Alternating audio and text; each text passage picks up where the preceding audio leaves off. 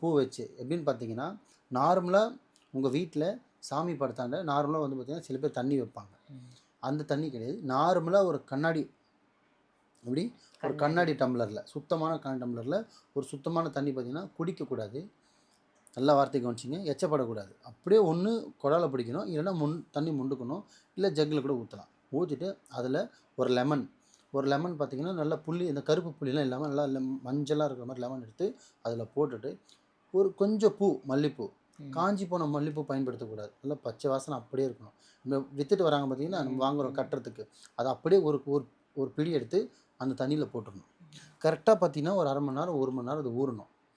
லெமனும் அதில் தான் ஊறணும், மல்லிப்பூவும் அதில் தான் ஊறணும். கரெக்டாக 1 மணி நேரம் கழித்து, 1 மணி நேரம் ஊறினா போதும். இது நீங்கள் காலையில் வேலையும் செய்யலாம், மாலை வேலையும் செய்யலாம். மாலையில் செஞ்சீங்கன்னா இன்னும் சிறப்பு. காலையில் செஞ்சாலும் ஓகே தான், ஒன்றும் பிரச்சனை இல்லை.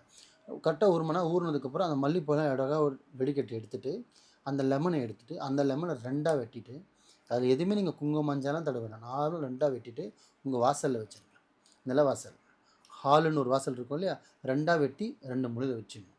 முடிஞ்சிச்சிங்களா? வச்சதுக்கப்புறம் மீதி இருக்கிற அந்த பூவை வந்து வெடிக்கட்டி ஓரமாக வச்சுட்டு, அந்த தண்ணியை வீடு ஃபுல்லாக தெளிக்கணும்.